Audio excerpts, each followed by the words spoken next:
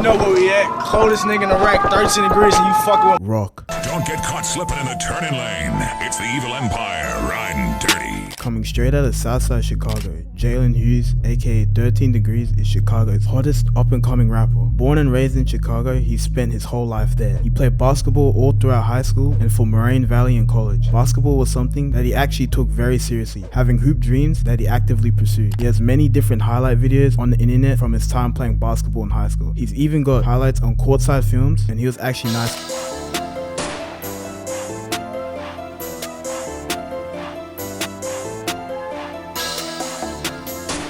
There's also some more on his various different profiles on the internet, which even shows his game stats. His age isn't clear, but because he did go to college, it's safe to assume he's around 21 to 24 years old. He quit basketball around 2021, as he said that he wasn't getting any offers. After putting in so much work, he really just started thinking to himself, what's the next move? Because hooping looked like it wasn't really gonna take him anywhere. Trying to figure out what to do with his life, he decides to quit basketball. I've been facing like trials and tribulations like all my life, cause I'm not the tallest, and then like I'm busting my ass every day. Like I'm seeing my friends, they going D1, getting all these offers. I'm not getting nothing. Then junior college, it's the same shit. I'm still not getting like what I wanted. I was gonna keep pushing. Then when I went to San Antonio, like it's the same shit. So I'm thinking like, is this shit supposed to be really for me?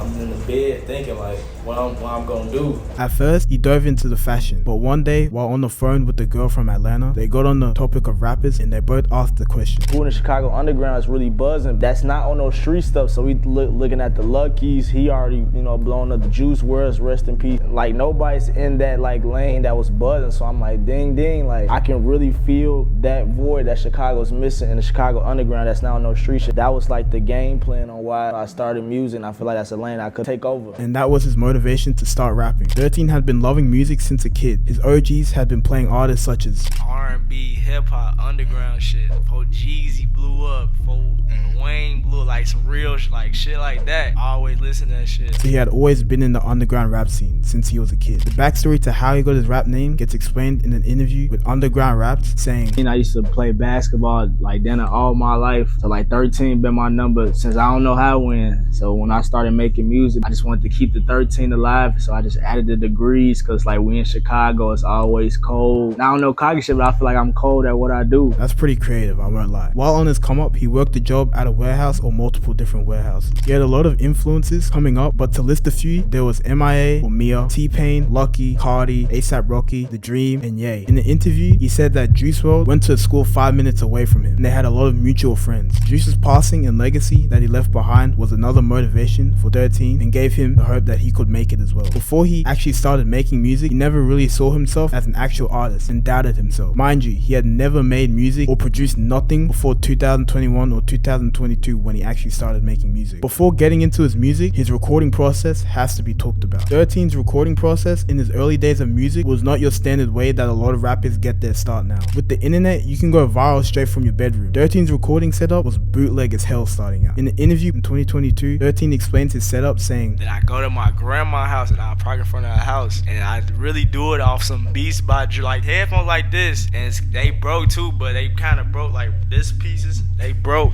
I put a do-rag over it to hold it. Then I put a hat over it like to have a real sound, like have that shit dumping. Then I had the mic, like the mic would be on this cord.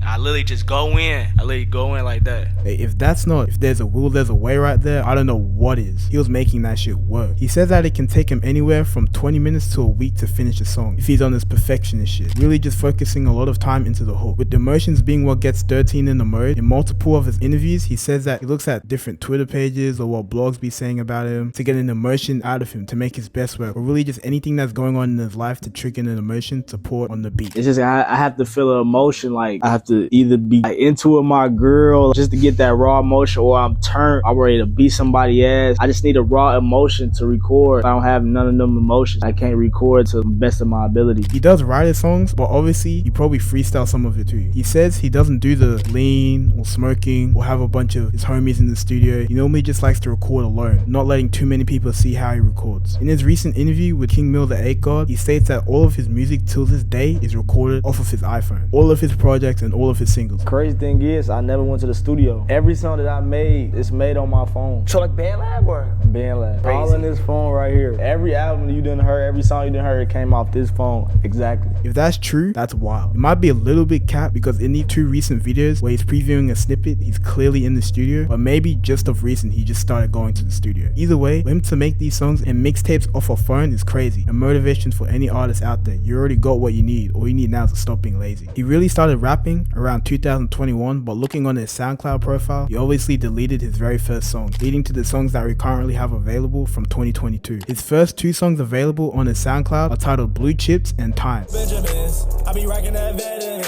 Balenciaga, Ray Pins. Like a chat point, I built myself up night for it. Niggas I had cut short cause they can't even focus on. These songs aren't bad, but you can tell that they probably are made using the microphones that were built into his headset. For his next song, South Loop, he dropped the music video alongside it and will drop another 4 singles before the end of the year. And he did say in an interview that starting off, it was on some like low-key fake opium shit. But I mean, that's what everyone was trying to do at the time. When I first started, it was kind of like, I ain't gonna cap, it was like on some fake opium shit. Like, you know, on some fake opium shit, you know. And I could see it with the type of beats he was selecting. Since the start of his career, he's been using the Tumblr, swag era 2013 aesthetic with the iPhone 4s, the cover arts of his songs, and even with his beat selections and how he makes his voice sound. In 2025, it's a unique aesthetic to choose from. The inspiration behind him using this aesthetic gets explained in this interview. Really, like, you know, what I grew up in, that type of environment. When I was a kid back then, I wanted to do what the adults was doing or the teens was doing back then, but I couldn't because I was young. What I'm doing right now is what my younger self wanted to do. It's kind of like how some people wish they were in the 90s or the early 2000s. Instead of him wishing, he was like, shit, I'm finna do it and bring it back. On November 22nd, he posted his first Tumblr post that I could find. And although this is an aesthetic that he had been aspiring to do for a while now, maybe some influence also came from Lone as well. Because Lone had been posting on Tumblr, and 13 has obviously been tapped into the underground. Like he says, basically damn near his whole life. He maybe could have saw that Lone was using Tumblr,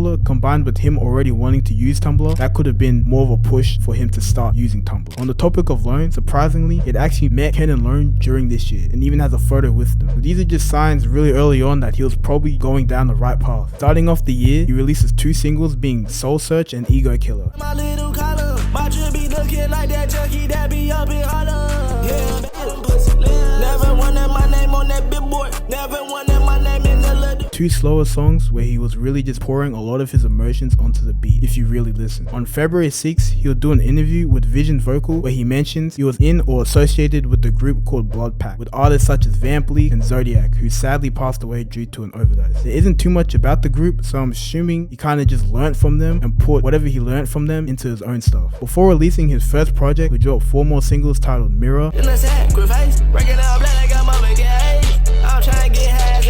which out of all the songs that I've already mentioned, this was actually the first decent track in my opinion. Urban was decent as well.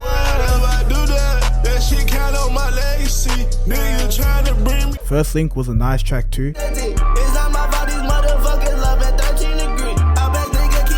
And Go Gangster will get a music video for it on August 6th.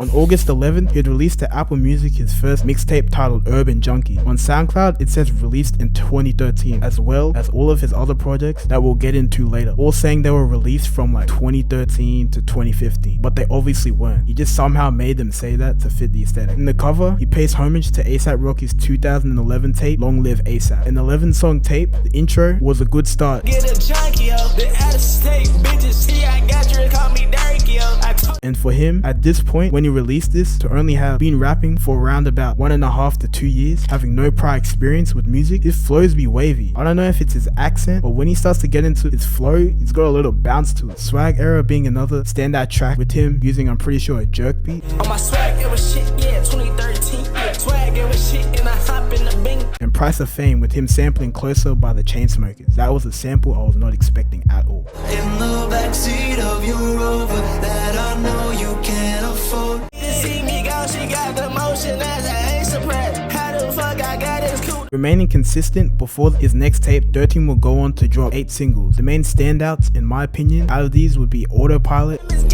What I bring to cause that beat caught me by surprise. Whole time was wavy. I think I need an umbrella. Then she hate when I go out, but I told her I'm going with the good fella. And alleyway puddles. Damn, have you ever got inside the fucking struggle? Grew up in the alleyway, I grew up. What this is? I call this the Metropolitan.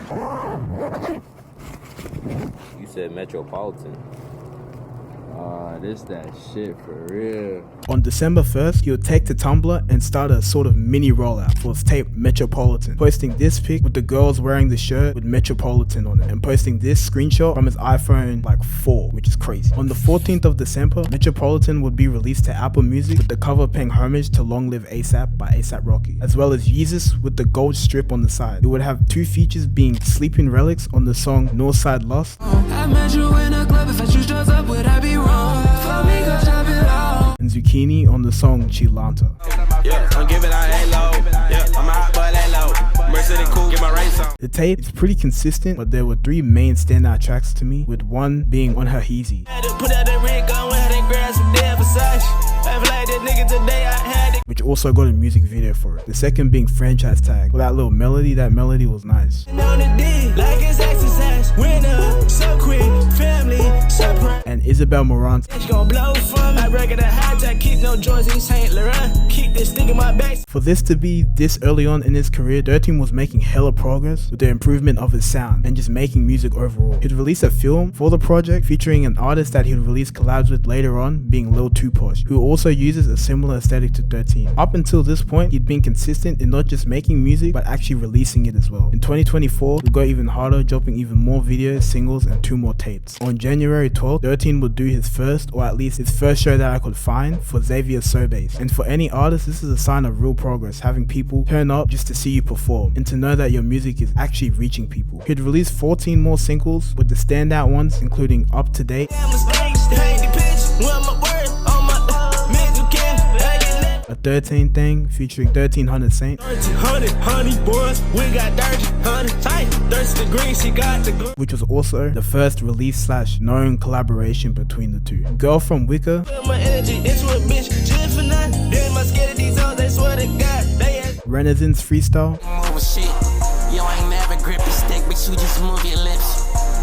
being his first collab with Nardo Rain, and the freestyle he did for Whisper Radio was tight. On March 6th, he'll do another interview with For The Youth where he really just talks about shows he watched growing up, his influences on his music, and explaining his inspiration behind his aesthetic. During this time, he was also posting a lot to his Tumblr account with posts he found scrolling, videos of himself, and a few fit pics. I gotta mention these 2 fit pics because one, this fit is fire, like it's on some like 2013 Chicago pimp rockstar vibe, and this pic with the Dondo mask or a very similar mask. Came in out with my boy, came in out with my twin, reaching and checking your chin. On April 15th, he dropped his first tape of the year, being Uptown Dropout, with 3 features this time, being Soul Josiah, Zucchini, and Big Girl. The reference for the cover art this time is from Kanye's Cruel Summers. The tape also got its own mini film that he posted to YouTube. With 14 songs, the tape only lasts 30 minutes, so it's pretty short. And honestly, every song on this album is actually good. If any of these were to come on, I wouldn't be like, nah, skip. But the first 4 songs, he went on a run. Uptown Shorty was a cool little vibe. It's so good putting that bitch on my control. Damn, shawty bad, but she don't even need patrol. But then on my boss shit, I was not expecting to hear that sample. Oh shit, you know, on my boss shit, yeah, on my boss shit, you know, on my boss shit. I was caught completely off guard. He was repeating on my boss shit, you know, on my boss shit, you know. I was like, okay, that's tight. Boom, City Life hits, and I was like, oh, nah. You so rich, right? You so damn dangerous. You wanna protect me and your family, but you tryna. This nigga 13's hard, bro. Rack Homecoming is more on some house party, turn up vibes. Next song that caught my ear was Twin M featuring Zucchini. And the beat is like low, it's on some like sinister shit, it's just hard. 13 would do an interview with Money May, if you didn't know, is a hip hop reporter who mainly just mentioned his influences from Rocky and Ye and whatnot. 13 would release 4 more singles before his next tape being Detached, Fat Chains, Hollywood as Hell, and That Sad Gangster. Rent don't long walk to go get that clique city. You do not want to miss out. On July 27th, 13 would drop yet another tape being Clique City. At this point, he's dropped 4 tracks over the span of like less than 2 years, with dozens of singles. He had to make this music shit work. It was really all or nothing for him. 11 songs on the tape, and in my personal opinion, this wasn't his strongest tape, but there were a few tracks that caught my ear. But don't get it fucked up though. It's a good tape, just not the strongest to me. To you, it might be amazing. One of the tracks that stood out, starting with Sapphire, which also got a music video for it. Chi Ami Lanta featuring Project 4Play was hard, especially Project 4Play's part, with that little melodic flow that he was using. That was hard.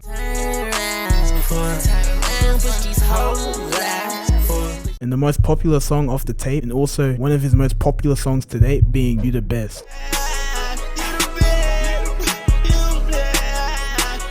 which also got a music video for it. And the comments under the video described the video and its whole aesthetic as a whole pretty well, saying things such as, the video looks straight out of 2008. This gives me Dog, Wayne and Rich Homie Quan vibes. It's mad nostalgic, giving old T-Pain with old ATL vibes, or Roscoe Dash, I don't know, but glad I'm here before it blows up. So people were liking it overall. Before the year end of 2024, he'll go on to drop 7 more songs, excluding the single Teardrops that he dropped from his next mixtape that we'll get into later on. But 17 songs plus a mixtape all within 6 months, he was working. He dropped songs such as Overseas,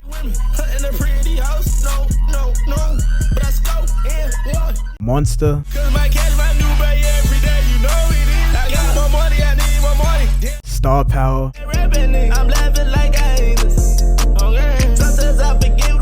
Break Up, which sounds like a throwaway from his Clique City tape, I could be wrong. His first collab with Lil Tupac being What's Happening, Snapback,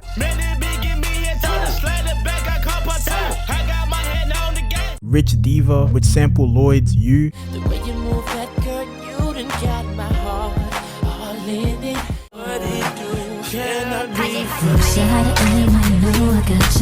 If you were conscious at the time, you know just how big this song was. And finally, Just a Friend. Over the course of these past 2 years of him dropping music, he'd actually been doing small performances at small venues and clubs. When you take a look at the crowd, there was such small crowds compared to what he'll be pulling later on. Nonetheless, his persistence would pay off, as in 2025, this year would totally change the trajectory of his career. So what can the fans expect from you in 2025? 2025, 2015, Clique City, New Chicago. We out this motherfucker. The Chicago, nigga. Clique City Volume 2 released on January 13th, and this would be the second iteration of his previous tape, Clique City. The cover art takes inspiration from Santi Gold's self-titled album, Santi Gold. This tape would be his most consistent, and the progression from Urban Junkie to this, although he's still in the same lane, he's progressively gotten better. It sounds more complete, like he's more confident on the beat. Out of the 13 tracks, these are the tracks that I believe are the best and represent the album well, starting with the first track being Welcome to the City, which samples Rihanna's work. Work. You see me do me dirt. Sit down, go ahead, let me eat you out the cake. Sit down, Chinchilla, which had a hard ass beat with the sirens in the back. Teardrops, which also got a music video for it. And his melodies on the song were already, and the flow in the middle with the little pause, that was hard. CC Choppers, as well as No Walls. And finally, of course, The Problem Solver. I switch bitches. I got hot revolver.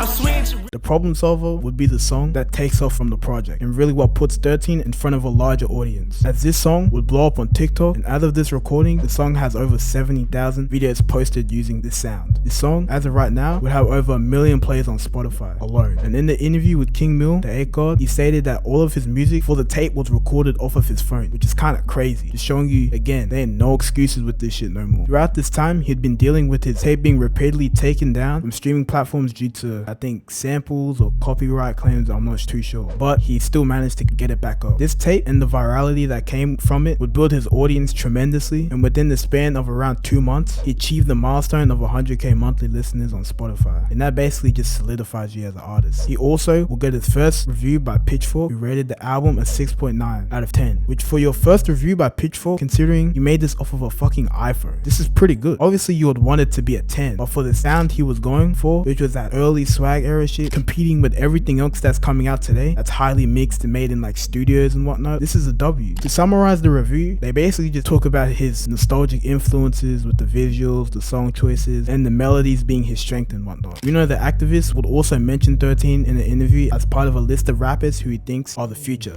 13 also the future, making this a major cosign for 13. After the tape release, he'll go on to drop 3 more songs, with most notably another collab with Lil Too Push, being Do Your Dance.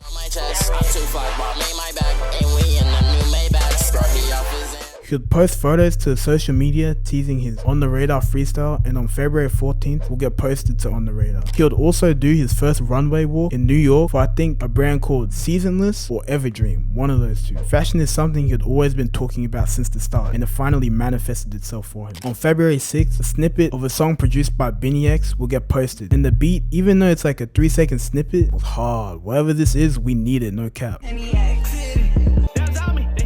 King Mill the 8 God dropped the interview with 13 on March 9th, and this being 13's first interview with someone that's solidified on the scene. In the interview, he mentions his DM that he got from Rod Wave. Rod Wave had DM'd you? I was literally finna start recording, and I'm just looking at all my like requests and DMs and shit, seeing what the fans saying. Then I see Rod Wave. I'm thinking it's like a fan account. I had to press the account 4-5 times. He also mentions the inspo behind the name Clique City, as he explains. I know you know Kanye West Clique, right? The song. So Clique was was the first name I thought about. I'm like, dang, Clique sound good, but I'm trying to like throw some on top of it to like give it like that uniqueness. So I'm figuring out different names. I was just looking at a bunch of like strip clubs. So I'm thinking like looking at King of Diamonds, Magic City. That's when Clique City came about. And I'm like, damn, like I'm really fucking with that. In March, he'll do a lot more performances, including for DC The Dawn on his Rebirth tour, Floating World Festival, and being brought out by Caribou to perform as well. This night would also connect with Skywater, with these 2 photos posted to his Tumblr. It's actually kind of crazy to see at the start there was damn near no one pulling up to see him. Now he got a couple hundred, and I'm sure it's inevitable he's gonna be pulling crowds with thousands of people watching him, and that's likely to become a reality after getting booked to perform at his first major festival for Summer Smash in June of this year. Now gearing up to drop his next album, which as of this time is titled Hood Tumblr Love. Where his sound will go and what it will evolve into will be interesting to watch. Over the years, he hasn't really changed his sound from his first project. He's more so just perfected it as he started to find what he really wanted to make. 13's journey so far should be one to be inspired by, because although he started quote unquote late with no prior experience, he's shown that if you just put your head down, work with what you got, and keep going, anything is possible for real. Look at that motherfucker. I said, look at that motherfucker. Who that is? Party's out, no doubt.